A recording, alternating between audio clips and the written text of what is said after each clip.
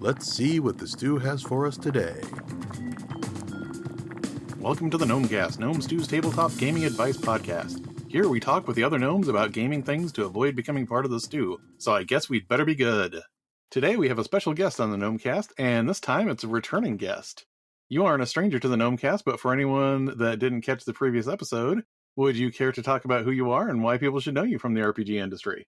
Yeah, hey everybody, my name is Celeste Conowitch. I am a full-time game designer with 2C Gaming, as well as a freelance game designer that has worked for companies like Cobalt Press, Wizards of the Coast, MCDM Productions. I am also the DM and producer of an actual play podcast called Venture Maidens, and as well as the co-owner of the Penwitch Studio podcast network, which focuses on, uplifting rarely heard geeky voices in the industry. So that's me. I'm excited to be back here on the Gnomecast. Yay, I'm glad to have you back. We had such a good chat last time. Yeah. So speaking of being back on the Gnomecast, do you have any projects that you would like to discuss today that you've been working on? Oh boy, do I!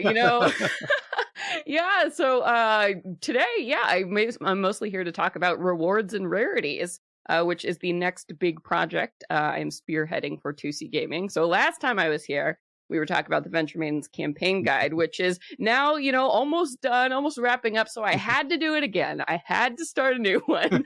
So Rewards and Rarities is going to be a really, really interesting book that I'm very, very excited to chat about. But basically, it's a guide to rewards in general, not just magic items, but all kinds of good treasure, boons, blessings, magic rewards, vehicles, mounts, you name it. So I'm very, very excited about it and to talk about it. I had kind of seen it on social media where you had posted it, but like once you actually sent me the email and I was reading this, I was like, okay, she's got me hyped for this now. Yeah, good. Yeah, I was like, have the promo, have the look at it. Yeah, there's just so much good stuff going on in this book that I feel like 5th edition sorely needs. That I am very, very excited for people to see this and get this resource. So speaking of that conversation that we had, you mentioned that Rewards and Rarities is a spiritual successor to the 3rd edition Arms and Equipment Guide, which I liked quite a bit. Yes. So what made you say that, and what did you like about that book that makes you think of it fondly? Yeah, I mean, so I played a lot of 3.5 back in the day before, finally dragging into 5th edition. And what I have these books from 3.5 that are just like prized on my shelf. They're timeless, honestly, because the content they have in them, the ideas they have in them are just so good and so evergreen. And the Arms and Equipment Guide in particular has been one of those books for me.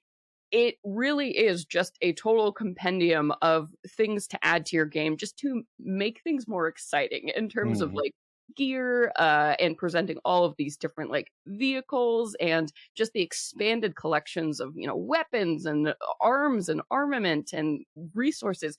It's just, it's like everything you love about crafting in video games is actually covered in that book. And I just absolutely loved all of the information in there and the way it was presented. And my favorite thing to do was, as a player, actually having that book and being able to spend my gold on things that weren't, these wild magic items that were going to give my DM like a heartbreak. It was like, oh, let me get this molar capsule I can put on my tooth to store a potion. Like, how cool is that? And of course we should have things like that in 5th edition. I want my stone plate armor. I do. I want, yeah, exactly. And also loving all of like the vehicle descriptions and the different siege weapons and options. Just, I learned so much, I think, reading that book. Oh yeah, definitely. So one of the things that I noticed in the preview material is you mentioned a specific magical establishment, and I have always had a soft spot.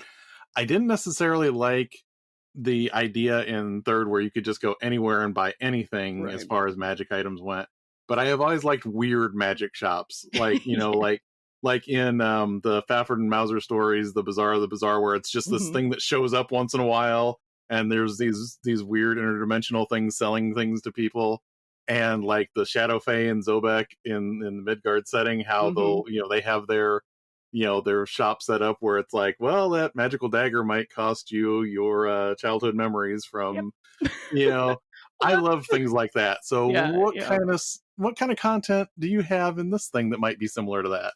Yeah, so what's fun is the way we've sort of framed this book, and we've done a lot, I think, aesthetically with this book to really differentiate it from the other, just magic item compendiums that are out there. So one of the conceits that we have for this book is the title, Rewards and Rarities, is also the name of a magical pop-up shop that travels through the multiverse. And it is, of course, its proprietors are Cash the Kobold and Buck the cat, the magic cat. So we have Cash and Buck helping you through the entire book with these sidebars about how to deal with like giving magic items to your players, or how to make something more useful, or like how to select things that your players aren't going to forget about. So we have a lot of like helpful sidebars and those characters appearing through the book with art and their pictures. And of course, we are going to have some guidance in here specifically about how to deal with the problem of magic items. Because of course, we don't want everybody just to be able to get whatever they want, no conversation had. This book really does have tools like how do you have the conversation between a GM and a player if you want to purchase an item? How available should things be? How do you make these decisions? So, magical pop-up stores like Rewards and Rarities, for example, are one really great solution that we've seen in a lot of, I think, 5th edition games. And that is definitely one of the methods that is proposed in Rewards and Rarities. All right. So the sample that I read that you sent along to me mentions providing all kinds of new ways to spend gold in 5th edition. And I've noticed, since I've run a few campaigns that have gotten up to like 12th, 13th level or so, spellcasters might eat up a lot of gold on like components and scribing scrolls, but especially like combat types, just after a while, they don't really have that much to spend things on. Gold on. Yeah. And so just in general, what are your thoughts on the 5e gold market economy? Yeah, I just it's awful. I mean, it's currently awful right now because I have also been that player. I think it was in our when I was playing through Rise of Tiamat as a player. Of course, after Hoard of the Dragon Queen, you get this absurd amount of money at the end of that adventure, and then I just remember during our Rise of Tiamat game, we're like, hey, can we buy this? Can we buy this building? Like, can we have a castle? It's like we have so much money, it doesn't even mean anything because there's nothing really to spend it on, which I think is kind of a bummer because as much as everybody likes to joke about, shopping episodes being so boring or whatever, people like to shop for their characters, and magic items and treasure have always been such an important part of fantasy storytelling as a genre. So one of the huge problems I wanted to fix with this book is absolutely giving people to spend, cool things to spend money on at any level of play. So whether that's, getting a mobile fortress that you can like upgrade as you go along, and pay for like a personal alchemy lab to be installed, or, you're training dragon mounts yourself because you own some stables, or, sure, you can have a bunch of different castles around here, or build a submarine, whatever you want to do. There should be options for you. Submarine, where would that ever come up in a 5th edition? Yeah, I mean that is okay. This is my slight rant that I will throw out here. I'm ready. one of the things that has always struck me about D&D is that gold to me is almost as abstract as XP. Yeah.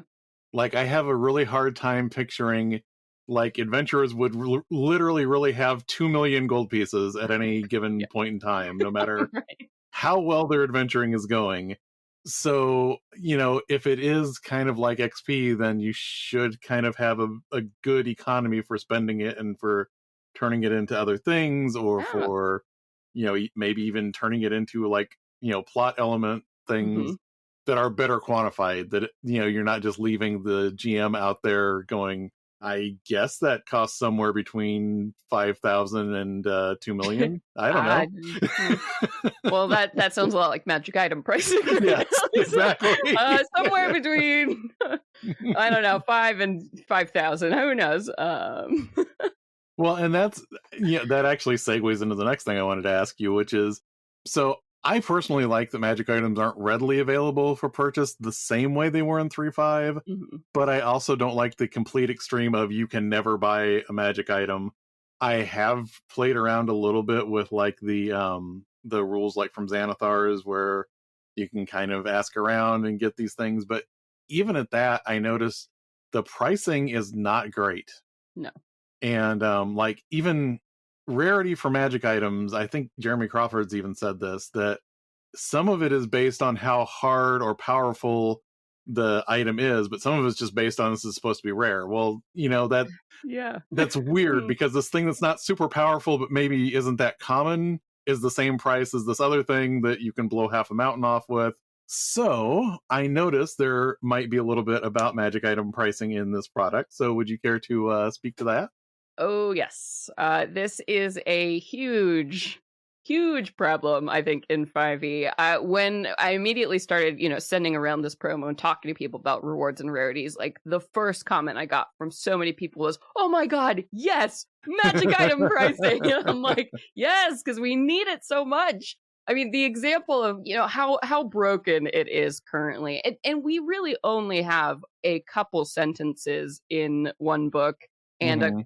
few paragraphs in another book about pricing, and even then those guidelines are wildly inaccurate. Like if you use this system, then your boots of flying are going to be the same price as a quiver of efficiency, which is basically just a magic fanny pack, like Yeah. just for arrows though. So yeah, that was a big thing that I really wanted to address. So Mhm. in this book, we have presented pricing guidelines based on rarity, but we also provide ways to scale it based on, for example, the magic level of your setting. Mhm. So we have guidance. If you have a low magic setting, obviously magic items need to be priced way higher than if Mhm. you have a high magic setting where, everybody's walking around with drift globes and everything like that. And then I did provide also step-by-step guidelines for how to price your own items. So Mhm. that way you're not just stuck here, looking at like, oh, okay, well, we've only done the SRD, or like, here's the pricing for all our items. And what I did with that system is I did like a step-by-step thing. And basically there are some items with certain qualities that make them inherently more expensive than others. So anything that allows you to fly, anything that allows you to create infinite resources, things like that, anything that opens a portal to another plane of existence, like these are If you're things gonna like, break reality, it's gonna be yeah, expensive. like these should be more expensive. So I do have a very like situational guidance to help people see the logic of why things should be priced the way they Mhm. are, and then hopefully that will be a more academic and helpful look at how to price things other than just well, it's all 5,000 gold because it's rare. Mm. Well, and that was one thing I noticed, like, this was when I was running my Tales from the Old Margrave campaign. Hmm. And basically, they had like a dwarven merchant that would come through every month or so. And every so often, they would say, "Hey, if you swing by Zobek, can you look for this for us?" And that's how I was kind of handling that and then using the downtime rolls. But the more I started using them, the more it was like, if I do this literally by the book, if they roll well enough, this armor that is magical is actually cheaper than the armor. Yeah, yeah. I don't know what. Yeah, and then you're just of course GMs are having a miserable time, with using these pricing as it exists now, because these items shouldn't be that inexpensive, but it's super random, and Yeah. it's all kind of a disaster. So one of our big things, we want to repair the player and GM relationship to magic items. I feel like Mhm. that is something that has been so critical to Dungeons and Dragons through its history. And now it's like and nobody's really addressing the problem, and we're all just doing our best, and now it's time we move on from that. It's time we get some some solid guidance here. And I'm going to go off script from some of my questions because this just kind of like popped into my head as I was thinking about this. But one of the things that I liked from another 3.5 product, which was the magic item compendium, I liked the socketed magic items. Yeah. Where, you know, like this armor is built to be a receptacle, and based on what you put in it, I know there are people like, oh, it's too video game. It's like, yeah, but I like that aspect of video games sometimes. Really like that. Yeah. I like, you know, and there is something that kind of feels fantasy to say, I affixed this rune to this armor, and now it does this thing instead of, you know, what it did before. So anything like that? Yeah, so we are doing something for the magic items section in this book. We are breaking down pricing and like guidance based on 3 general categories. So consumables, of course, are the things you use and then they go away. Permanent, which is going to be most of your magic items. But we also introduce pricing and rules for enchanted items. So, and the logic here is like, okay, yes, there are very few people in the world who can like make permanent magic items. So of course they are going to be the rarest, the most scarce. But enchanted items, for example, like why would it be so difficult to take your longsword and go to a wizard tower and have somebody do a +2 enchantment on it? Why should that be so difficult? Or make that sword flaming? Things like that. So enchantments we give guidance for pricing and how to get those and how to deal with that. So enchanted items are going to be much easier to come by using this system than permanent magic items, because it's a whole different skill set in my mind, right? You know, you find your artificers, you find your wizards. There's a lot of these people running around. Why couldn't they make your sword do a little bit extra cold damage? Yeah. And I also had my Dragon Age flashback because you said enchantment. Yeah. One of the other things, this is just bringing a bunch of like old 3.5 ideas in my head. Right? There's so much gold stuff there. Yeah. So Weapons of Legacy. I was not always a fan of how it did it, but I loved the concept of these items that, you know, you could get and they grew over time. So will we see anything like that in here?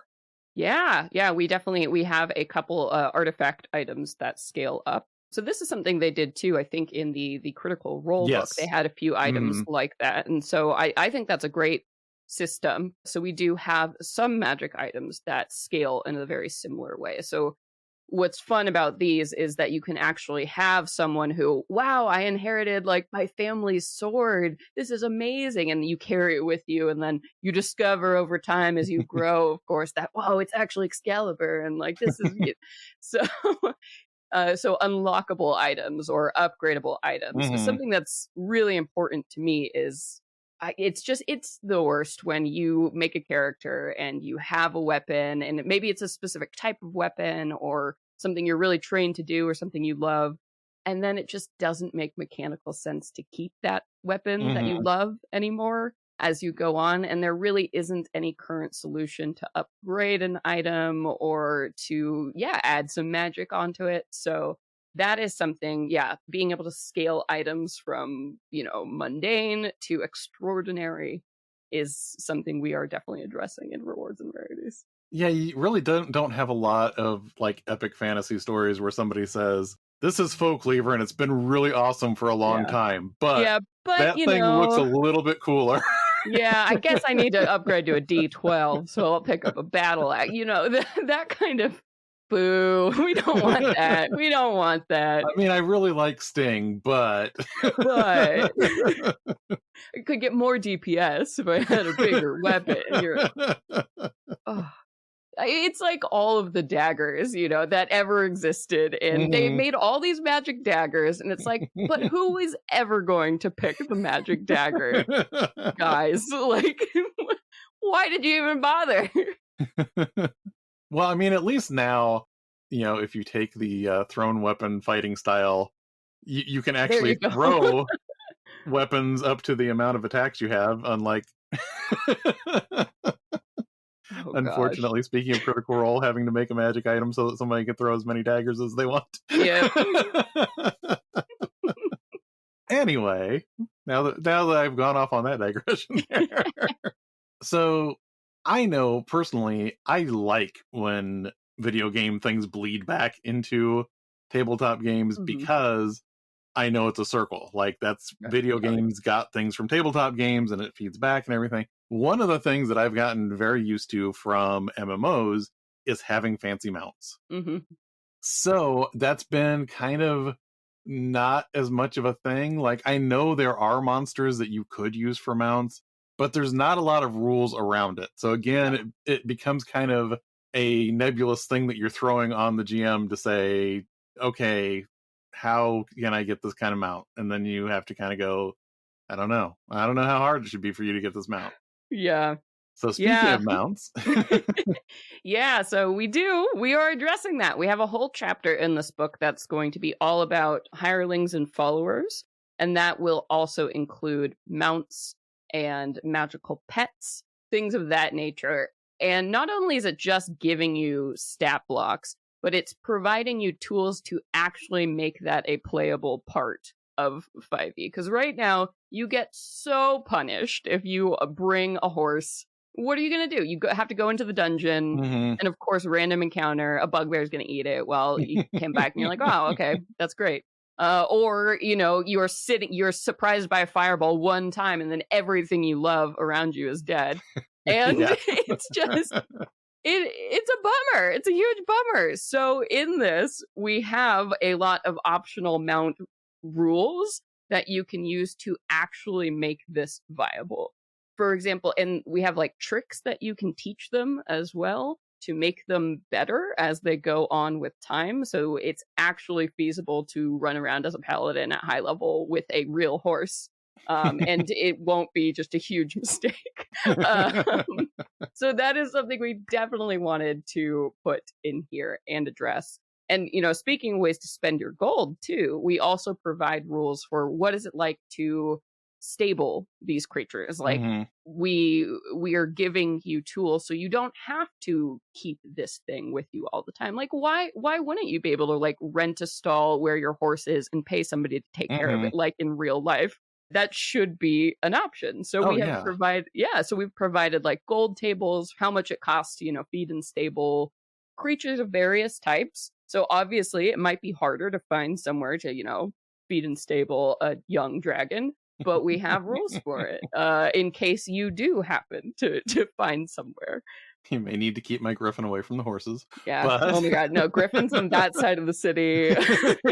Rick's over there. Otherwise, the whole mess.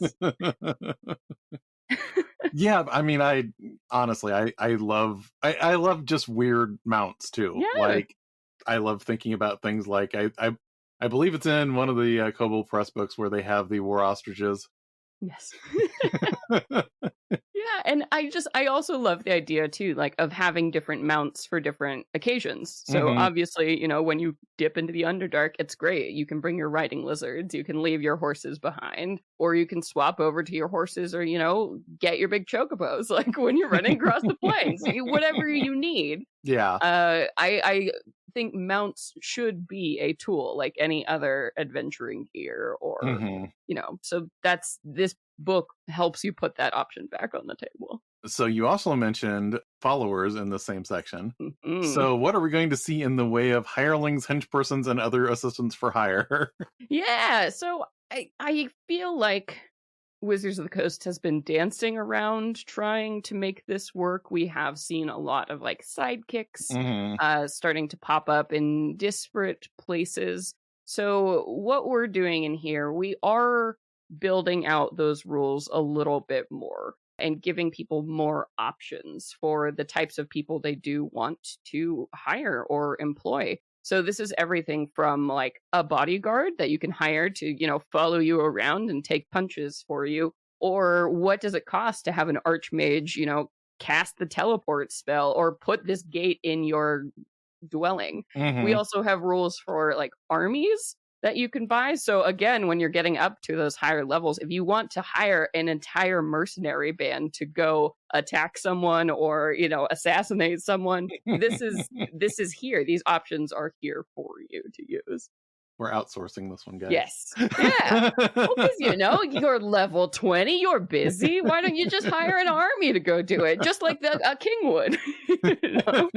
We're the quest givers now. Yes, exactly.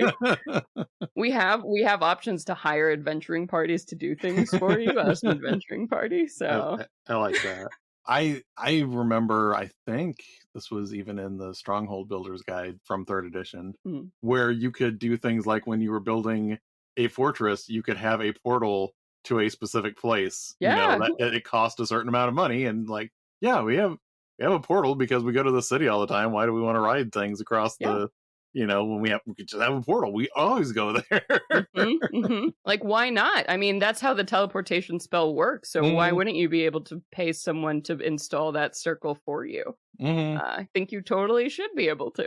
Well, and some of this really does come up in more fantasy than I think people realize. Yeah. Like, there are all these kind of things where it's like, well, look at all of these things inscribed here. It always takes you to this point, and it actually brings a little bit more of that narrative back into things. Yeah, definitely. Because also, give more options so people don't have to do the long traveling montages all the time. Like, if people want to invest in a way to get quickly from A to B, or a resource that will help them deal with X, Y, or Z, that should be something that they can do so they can focus on the elements of the game that they really do want to play and enjoy. And that was actually one of the things. There's this will be a few weeks afterwards, but there's been some discussion about high level play and how often it gets happens and things like that. That was one of the things that I liked. Arcanum Worlds, that's it. The company that made the Odyssey of the Dragon Lords. And when you get into like the higher level chapters of that, because it kind of spans all the way up to 20th level, they stop worrying about telling you it's going to take you this long to get from this place to this place. They're just saying, this thing's going to happen by this time. Yeah. And you find out about it here. If you want to walk, you're not going to stop it. But you don't have to walk because you're probably like 15th level at this point. Right. You can fly and summon, angels, and you're good. Yeah. And I kind of liked the idea that they weren't trying to guess at every option for mobility you would have at that level. It's like, no, you're 15th level. Yeah. You can figure it out. You can figure out a way to get here. You can call in a favor, or you can, yes, you can step through the ethereal plane, whatever you want to do. Yeah, definitely. So I have to ask this because it is my absolute favorite item from the Arms and Equipment Guide. Is there anything similar to an orc shot put in this book?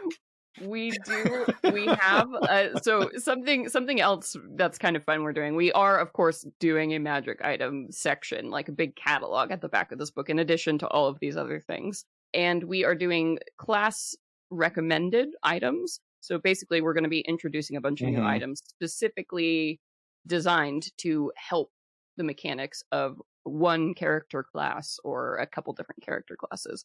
So there's one that we have for the barbarian that is a launcher. It's basically a party launcher. So people can crawl into this backpack mechanism and be flung, because we all know that barbarians throw everyone in 5th edition. So we do have an item very similar.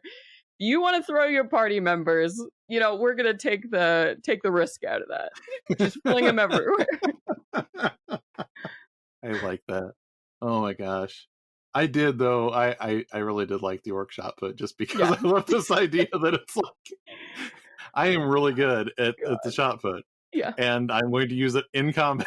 Yeah. Throw it at somebody and hit them with it. No, I did see that, though, in the preview material that you sent me, where you had the breakdown by classes for different magic items. I really like that idea. I think that I think sometimes, and this is another thing that I run into a lot now online, is talking about people that have gotten into D&D in the last few years that haven't been playing all the way back to, forever. Sometimes you don't necessarily know that, oh, this would be a really good thing. Like, you might, if you really sit down and read every magic item, start picking out, oh, this would be good. Yeah. But if I feel like there was a point in time where system mastery was sort of like this hidden thing that people had to figure out for themselves. Yeah. And I am fine with system mastery being part of the game, but don't try and make it this thing that like you have to learn it yourself, Yeah.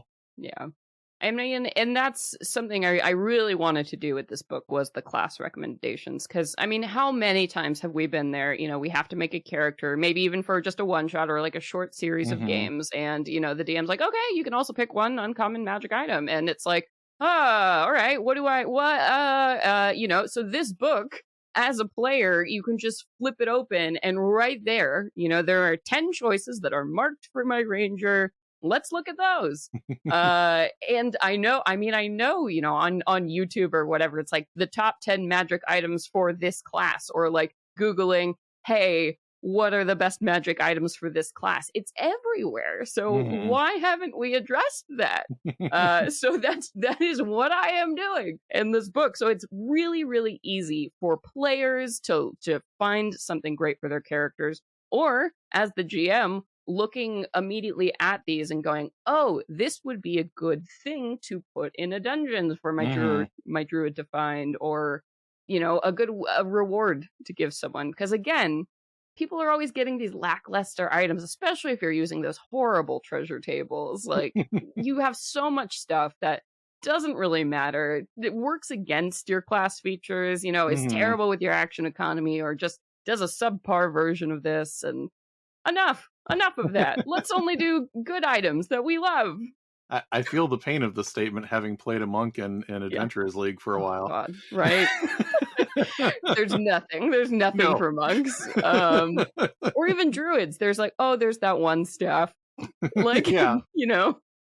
Or for rangers, the one bow, the oath bow. Wow. Or if you want to go into Theros, okay, there's that one other one now. Like, that's. And even if those things are good, you don't want there to be one thing that is the go-to. You want something that can be exciting and different. What if this friend of mine always plays rangers in campaigns, and then what am I going to do? Give them the same bow every time? Like, that's... No! Yeah, I definitely agree there. But yes, oh, my poor monk. But... Oh gosh. Honestly, I played in not this year, but I played in one of James Introcasso's games where he was running Planet of the Terras, and we all got to bring a 20th level character. Yeah. And I made a Furbolg Ranger, and then I realized I have no idea what to get him. Like, even as long as I've been running and playing things, I'm like, I have no idea what to get a 20th level Furbolg Ranger that would make sense and help him out. And I don't want to just get boring like, oh, it's a +3 axe or whatever. I wanted something that was going to play up him being a ranger. And it was like, I can't think of anything. There's nothing. Yeah. It's, yeah. So hopefully this will, you could have opened up this book and been like, oh, look, all of these ranger icon items, and found something juicy in there to pick. And then I could have gone to James and said, Celeste said I can use this. Celeste said, so, 2C Gaming stamp of approval. So. I'm sorry, you can't veto this. I'm sorry. Oh, goodness. So, do you have anything else that you would like to talk about for this project, or anything else that you have upcoming? Yeah, I mean, I guess just for, Rewards and Rarities, it's going live on Kickstarter November 4th. So probably people after this episode, go right now, go to Kickstarter. Yes. Probably live right now. So definitely check it out. If you type in Rewards and Rarities, it'll come up. We've got a lot of fun extra add-on items also going along with this. Like, we're doing all of our magic items as a magic item card deck. So, if you get an item, you can just keep that card in your binder with all its stats and, the cool art on there to look at. We are also really trying something different with the layout and the colors and the art of this book. We really wanted this to feel like a luxurious shopping experience all the way through. So please do make sure to, check out the art, see what's going on. We've got some fantastic artists on this project and a huge number of just amazing contractors making magic items for this. Like, the people that I cannot believe We have so many cool people working on this book. So please do at least head over to the page, check out all these fine folks, and make sure to, follow them across the board. That would be just really delightful. And we should be able to put links into the Kickstarter and all of that for the show notes here. I saw like the preview document that you sent me, and it looks like even that preview already looks really, really nice. Yay! Thank you. Yeah, I wanted colors. Were we afraid of colors in 5th edition? There was, I don't know if it was super helpful, but the Scarred Lands monster book had these neat little sidebar like symbols and colors for things, like whether it's high level or whether it lives in different environments. And I liked it just because it did do something different with the page and using some of that blank space on the side. Yeah. So we're definitely, we're pushing the envelope to try and make everything useful. That's the goal. Let's make treasure fun and useful is the theme of this book. Let's make treasure fun. Not a pain. Let's make it fun. So before I wrapped up, I wanted to say I've been listening to Campaign 2. I enjoy everyone, but Sage is killing me. Oh, Aoife, our sweet baby Irish satyr. Wee 16-year-old. I think it's so funny how they are all so young. All their characters in Venture Maidens are so young. Even our drow is only like 100 years old, which is nothing. Time. I love like the serious conversation and Aoife's exclamations. Yes. Well, thank you so much for listening. That's awesome. Definitely. I'm definitely enjoying that. So on that note, can you let us know where we can find you and some of the other projects you might be working on and where you're at on the internet?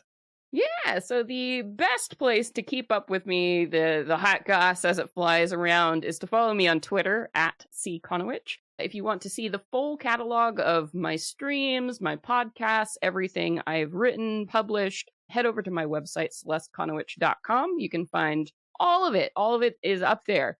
Yeah, but otherwise, keep your eye on 2C Gaming. I'm working on a bunch of fun stuff with them. Like I said, we are actually wrapping up writing now for the Venture Maidens campaign guide, which kickstarted about a year ago. So actual just sales are going to start for that again soon. So keep your eye out for that book when it does really come out. Looking forward to seeing that. Yes, I backed me it. too. Oh my gosh, all of the art is done, which is so. I just have all this beautiful art to look at. Oh gosh, it's amazing. And yeah, Venture Maidens, speaking of that, if you want to hear me putting into practice all of this stuff, all of these rules I'm claiming to fix, you should check out the Venture Maidens podcast, which is available everywhere podcasts are free. We release new episodes every Sunday. If you want to hear more about Venture Maidens, you can always head to venturemaidens.com or follow us on Twitter at Venture Maidens. All right. And on that note, I'm looking forward to having you back again in the future if you ever want to come by and talk again. Oh, I can't stop making books, so I am sure I just keep making more. So I am sure I will be back. Thank you so much for coming on here again. Yeah, thanks for having me. Bye. This show is funded by the Gnome Stew Patreon. You too can become a Patreon backer by following the Patreon link on the Gnome Stew website to the Gnome Stew Patreon. This ad brought to you by the Interdimensional Trade Consortium. The Interdimensional Trade Consortium has been selling weird stuff around the cosmos for eons, and there's a good chance some version of you is already a satisfied customer. If you're enjoying the Gnomecast, you'll probably like many of the other Misdirected Mark shows. Here's one to check out. Misdirected Mark. Phil, Bob, and Jerry go live every Tuesday evening at 8 p.m. Eastern to break down and get inside games, game mastering, playing games, and game design in an effort to entertain and inform you. You can find all of us at gnomestew.com, at gnomestew on Twitter, and gnomestew on Facebook. You can find me on Twitter at whatdoiknowjr. You can find my personal blog at whatdoiknowjr.com, and you can find the text-to-speech podcast of my blog posts at anchor.fm/whatdoiknowjr audioblog. Gnomecast is hosted by Misdirected Mark Productions, the media arm of Encoded Designs.